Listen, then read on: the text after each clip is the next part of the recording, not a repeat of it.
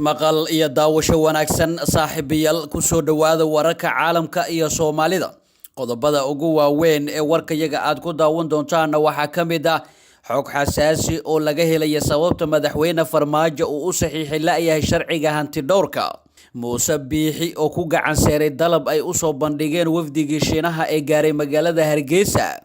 muxuu madaxweyne Farmaajo uga reebay wasiir Sabriye liiska guddiga farsamada shirka magaalada Dhuusamareeb beesha mudulood oo arin culus ka dalbatay dowladda federaalka dowlad goboleedyada iyo Amison maxay ka dhigan tahay warqadda furan ee Faroole iyo Jurile iyo Algeria oo sare u qaaday gefka iyo weerarka ka dhanka ah Soomaaliya iyo dowladda federaalka oo ka aamusan intaasi daawadayaal waxay ahaayeen qodobadii warka ugu waaweynaa markana waxaad ku soo dhawaataan iyagii oo fidsan aynu ku bilownay madaxweynaha Soomaaliya ayaa sabab la xiriirta dana gaar ah ugu xagajiidaya inuu saxiixo sharciga madaxa bannaan hanti dhowrka qaranka sida uu sheegay xildhibaan ka tirsan golaha shacabka Cabdiraxmaan Odowa xogayaha guud ee madasha xisbiyada qaran oo ay ku mideysan yihiin qaar ka mid ah xisbiyada siyaasadda dalka ayaa sheegay in xeerkaasi uu ka mid yahay 22 sharci oo baarlamaanka ansixiyay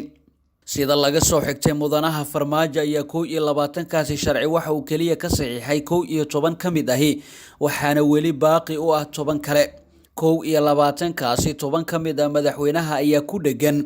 sharcigii ugu muhiimsanaa hanti dhowrka iyo madax bannaanida hanti dhowrka ilaa iyo hadda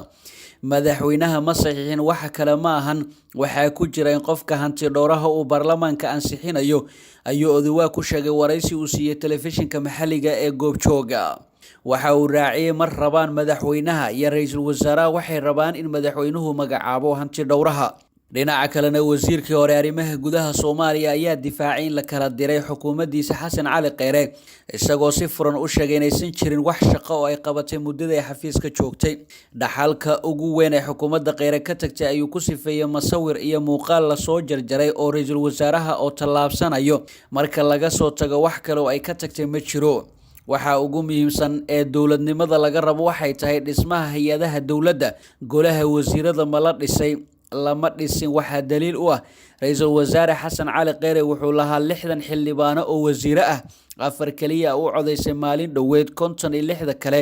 waa ka codeeyeen waxay ugu codeeyeen dhaqan xumo lagu hayay darteed ayuu yiri isagoo ku eedeeyay Kheyre inuusan fursad u siinin wasiirada inay si toos ah u gutaan shaqadooda isla markaana uu faragelin jiray xafiisyadooda bishii la soo dhaafay ee July ayay ahayd markii aqalka hoose uu kalsoonida kala noqday Kheyre walow hanaanka loo maray la dhaliilay isla markaana lagu qeexay inaysan waafaqsaneen dastuurka iyo sharciga kale ee dalka u taala riditaanka xukuumadda oo madaxtooyada ay gadaal ka riixaysay ayaa ku soo hagaagtay maalmo kadib markii madaxda dowladda iyo maamulada ay Dhuusamareeb ku gaareen heshiis ku aadan doorashooyinka sanadka 2020 2021 dhinaca kalena madaxweynaha Somaliland Muuse Biixi Cabdi oo maalmihii u dambeeyay ka warwareegay inuu la kulmo wafdi ka socda dowladda Shiinaha ayaa ugu dambeyn qaabilay kuwaas oo maalmihii u dambeeyay ku sugnaa magaalada Dhuusamareeb xog ay helayso warbaahinta ayaa sheegaya in wafdiga Shiinaha ka socda ay madaxtooyada Somaliland u gudbiyeen dalab ku saabsan xiriir u jaridda Taiwan oo hore u dhexmaray heshiis rasmi ah Muuse Biixi ayaa gabi ahaanba ku gacan saaray dalabka ay u gudbiyeen mas'uuliyiinta Shiinaha ee uu maanta la kulmay sida ay saraakiil ka tirsan madaxtooyada Somaliland u xaqiijiyeen warbaahinta diidmada Biixi ee dalabkaasi ayaa waxaa si weyn uga carooday safiirka Shiinaha ee Soomaaliya Qin Jian oo isagu Hargeysa u joogay weeqista heshiiska Taiwan ay la saxiixatay Somaliland Qin Jian oo maalmihii u dambeeyay dowladdiisa Shiinaha ku qasbaysay inuu dabacsanaan badan u muujiyo xukuumadda Somaliland ayaa si dhab loo ogeen waxa uu kaga falcelin doono go'aanka Muuse Biixi Jian ayaa la fahansan yahay inuu door weyn ka ciyaaray keenista wafdi heer sare oo ka socda dowladdiisa kuwaas oo si wada jir ah Muuse Biixi ugu la kulmay madaxtooyada aase yeeshee aan si cad loogu xusin magaciisa war ka soo baxay qasriga madaxtooyada xukuumadda uu hogaamiyo madaxweyne Biixi ayaa weli ku madax adeegaya xoojinta xiriirka cusub ee Taiwan iyadoo labada dhinac ay si rasmi ah isugu weydaarsaneen wakiilo xiriirkaasi ayaa hore waxa si adag uga biyadiiday Shiinaha oo isagu sheegtay in Taiwan tahay jasiirad ka tirsan dhulweynihiisa halka iyaduna ku doodaysa taasi beddelkeeda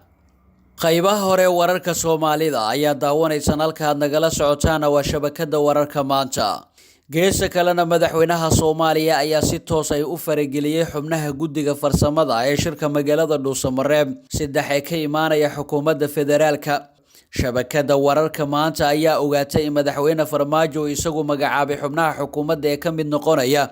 guddiga farsamada shirka Dhuusamareeb ee diyaarinaya nooca doorasho ee dalku geli doono, kaas oo min laba xubnood laga rabay xukuumadda federaalka iyo madaxtooyada Soomaaliya. madaxweyne Maxamed Cabdilaahi Farmaajo ayaa wasiirka arrimaha gudaha xilka sii haya Mudane Cabdi Maxamed Sabriye ka reebay inuu ka mid noqdo guddiga farsamada isagoo bedelkiisa magacaabay wasiirka dastuurka Saalax Axmed Jaamac iyo xubin ka mid ah xafiiska ra'iisul wasaaraha Mucaawiye Sheekh Ibraahim.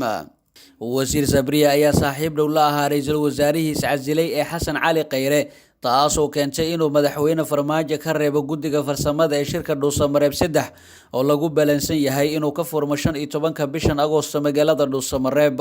madaxweyne Farmaajo ayaa ra'iisul wasaarihii hore u arkay inuu qiyaamay markii uu damcay inuu isu soo sharxo xilka madaxweynaha doorashada soo socota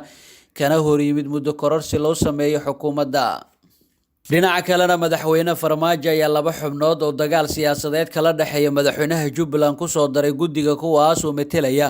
madaxtooyada Soomaaliya. Cabdi Raage iyo waliba Caadil Sheegow Sagaar ay labadaasi xubin kale yihiin. guddigana waxay madaxtooyada ku soo dartay laba xubnood oo ka socda gobolka Banaadir, waxaana lagu magacaabay shirka golaha wasiirada xilka sii haya ee dhacay 30 Juulaay ee 2020. dhinaca kalena magaalada Muqdisho waxaa lagu soo gabagabeeyay shirka wadatashiga iscafiska ahaa ee beelaha Mudulood uga socday 3 maalmood ee la soo dhaafay, waxaana warmurtiyeedka laga soo saaray looga hadlay dhinacyada amniga, siyaasadda iyo arrimaha bulshada. qodobka koowaad oo kan ugu xasaasisan waxaa looga hadlay arrimaha amniga gobolada ay beesha degto iyo mustaqbalka xasiloonida guud ahaan dalka, waxaana baaq degdeg ah loogu diray dhinacyada dowladda federaalka, dowlad goboleedyada iyo Amisom.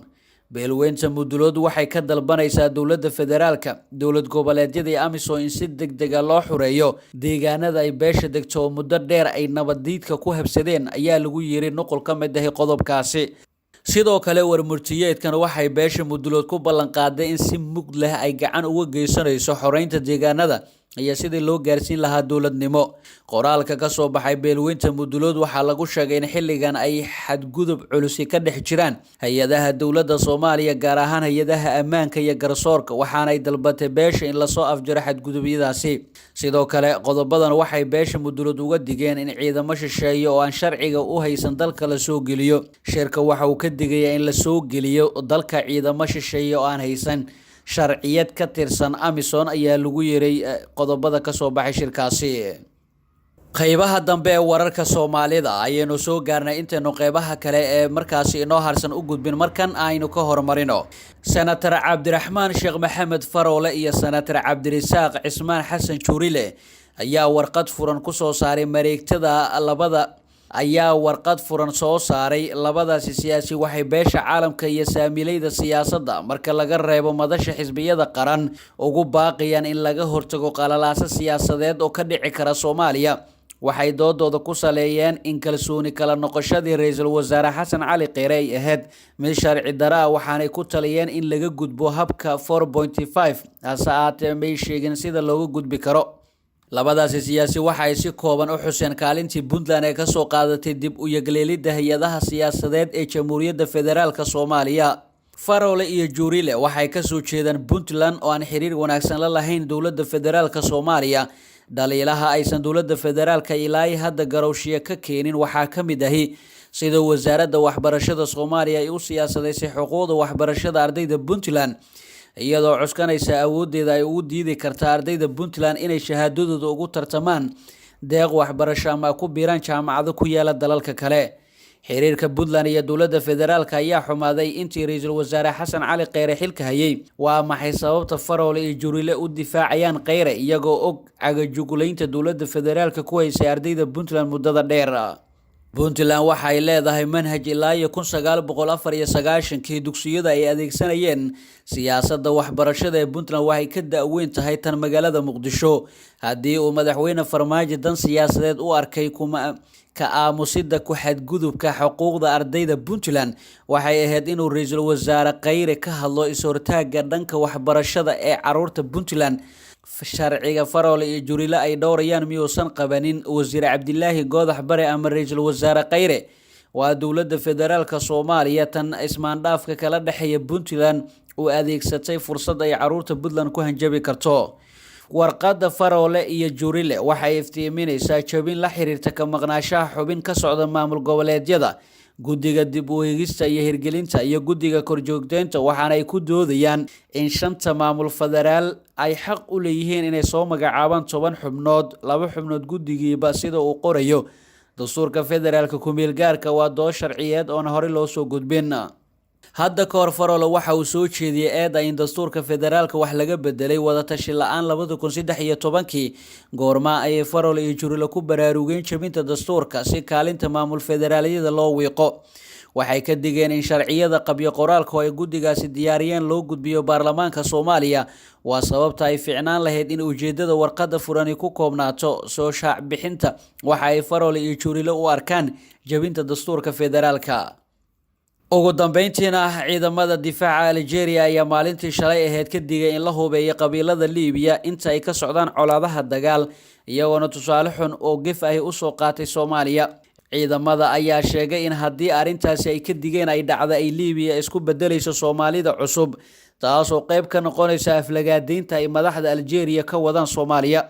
wargeyska ciidamada Algeria oo baahiyay arrintaasi ayaa hoos ka xariiqay in xilligan laga feejignaado in hub loo gacan geliyo qabaa'ilada Liibiya midaas oo carqalad hor leh ku noqon karta nabadeynta Liibiya hadalkan ayaa la micnaha mid uu hore u jeediyay madaxweynaha Algeria Abdelmajid Tebboune oo ka digayay in Liibiya ay xilligan noqoto Soomaaliyada cusub isagoo la xiriirinaya dagaalkii sokeeye ka dhacay 1991 wasaaradda arrimaha dibadda Soomaaliya ayaa ilaa hadda